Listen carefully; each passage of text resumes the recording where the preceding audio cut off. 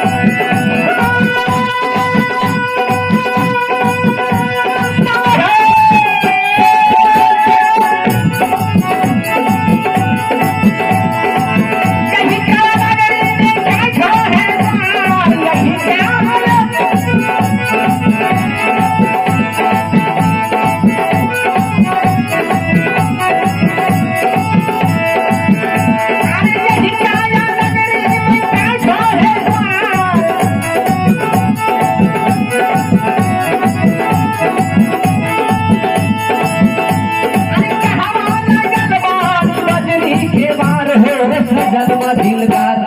हमके देखा था तो डंगरी दुआर हो सजन बदल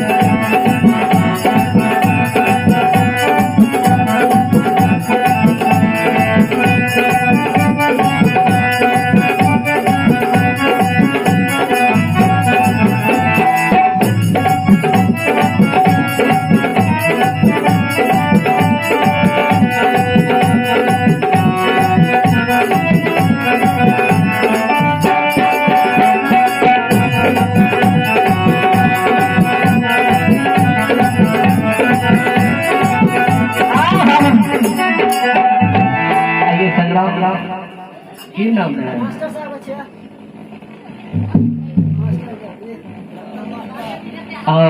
मास्टर साहब है रतन बाबू उनकर पुत्र है की नाम है बड़ा इलाज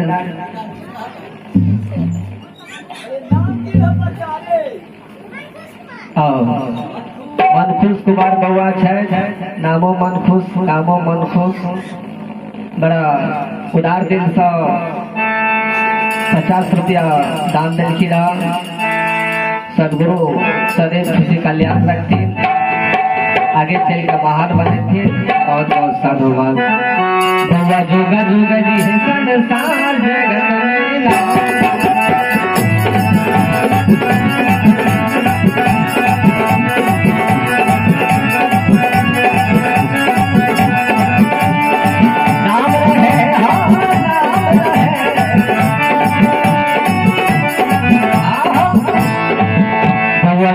जोगे